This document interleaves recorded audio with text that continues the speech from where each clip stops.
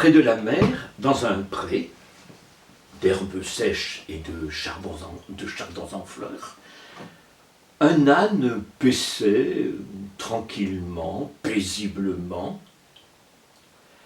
Par cet endroit passe une renarde, elle l'aperçoit, s'en fait déjà son prochain repas. L'attaquer, le mettre en quartier, la renarde lui fait volontiers, mais elle avait quelques scrupules. Elle revenait d'un pèlerinage à Jérusalem avec l'intention de mener une nouvelle vie. Mais pour satisfaire son appétit, il ne fallait pas user de violence, de force, non, mais plutôt de son bon droit, le droit de manger ce stupide animal en toute bonne conscience. La renarde s'en va trouver son compère le loup et lui conte toute l'affaire. Le loup en salive d'avance. La renarde lui dit « Voilà ce que nous allons faire. Nous allons inviter ce stupide animal à une petite promenade en mer. Je te charge, loup, de trouver un bateau, de mettre sur ce bateau des jarres remplis d'olives. Quant au reste, je m'en charge. » La renarde et le loup se sont séparés. La renarde est allée aussitôt trouver l'âne qui continuait de paître dans son pré. Elle s'est approchée, pas trop près, elle a rassuré aussitôt l'âne en lui disant « mon frère, n'aie aucune crainte, je reviens de pèlerinage. Et maintenant, je suis dans un régime végétarien, la paix est entre nous. Aussi même, pour sceller notre accord, je t'invite à une petite promenade en mer, en bateau. Je sais que tu es un excellent marin, si, ne sois pas modeste. Et en plus, tu peux nous être utile. De ton souffle puissant et sonore, tu peux gonfler la voile et faire aller le bateau. Et puis, nous t'invitons aussi à un petit voyage commercial. Nous allons dans l'île voisine avec mon compère le loup, rassure-toi, je suis garant de lui, pour aller vendre des olives. Et nous partagerons avec toi la recette. Et cerise sur le gâteau, enfin je devrais dire plutôt chardon sur la botte de foin, sache que dans cette île, il y a des ânesses qui t'attendent. Toi, un mâle. Ce dernier argument a suffi.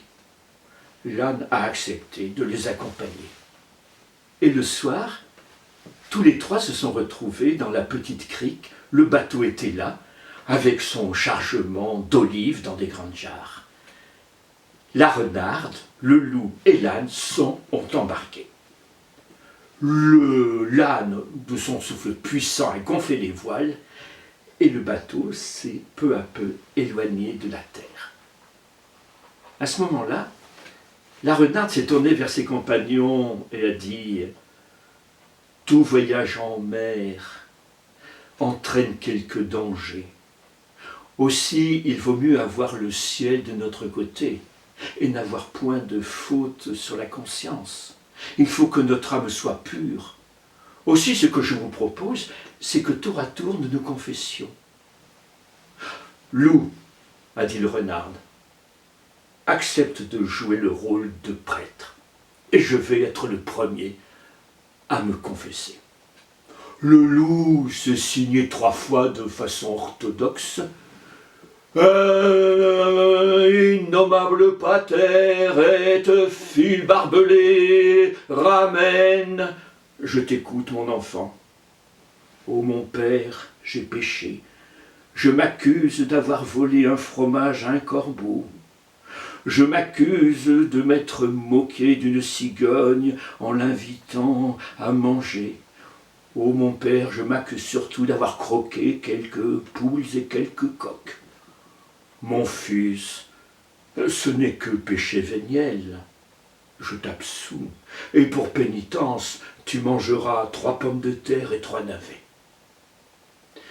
La renarde, à son tour, a dit « C'est à moi à jouer le rôle de prêtre, à toi, loup, à te confesser. » La renarde a fait des signes 3 fois, de manière orthodoxe. Innominable pater et fil de fer barbelé, ramène. Je t'écoute, mon enfant. Ô mon père, je m'accuse d'avoir bu de l'eau d'un ruisseau en menaçant un pauvre agneau. Je m'accuse d'avoir volé et emporté et croqué quelques moutons. Mais mon enfant, tout ceci n'est que péché véniel.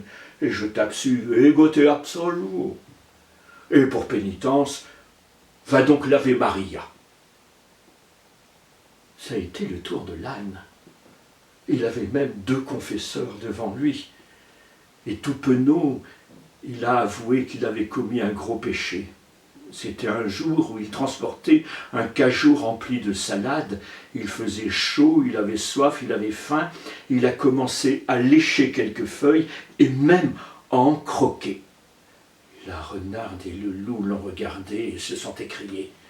« Tu as mangé des feuilles de salade sans huile et sans vinaigre ?»« Oui, je m'en excuse. » « Comment? Mais c'est un crime impardonnable. Manger de la salade sans huile et en vinaigre, ce forfait doit être expié par la mort. » Dans ce cas-là, est-ce que vous avez vraiment le droit de me donner la mort? Est-ce que vous savez lire? Mais bien évidemment, alors allez voir ce que mon père a gravé sur le sabot de ma patte gauche. La renarde s'est tournée vers le loup. « Va donc voir, moi j'ai la vue basse et je n'ai point mes lunettes. » Le loup est passé derrière l'âne, l'âne a levé la patte et lui a donné en pleine gueule un tel coup de sabot que le loup a passé par-dessus bord et tombé dans les flots.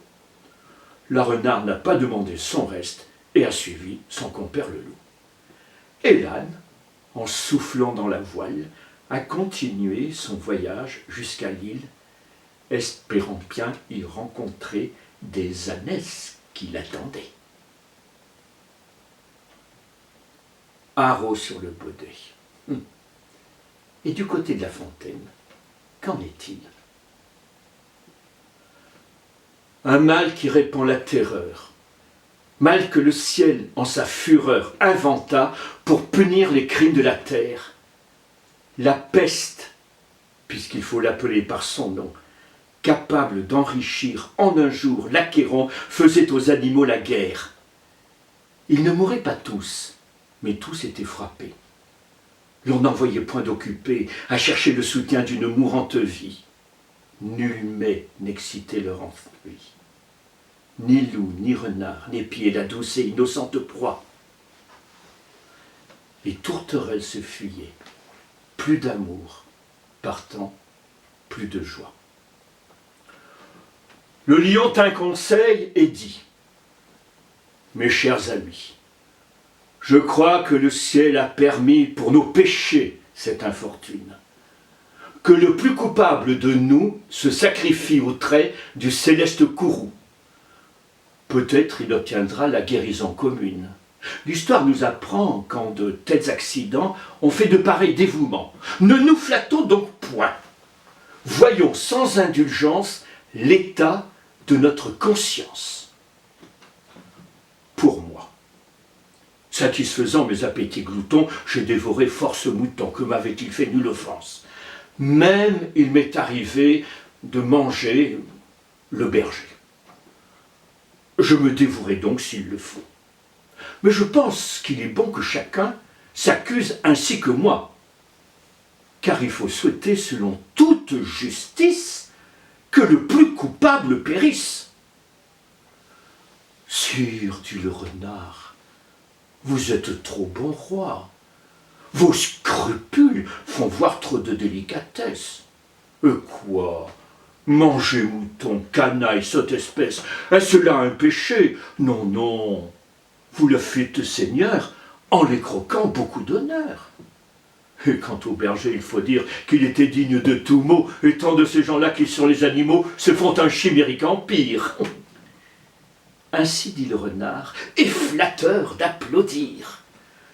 L'on n'osa trop approfondir du tigre, ni de l'ours, ni des autres puissances les moins pardonnables offenses.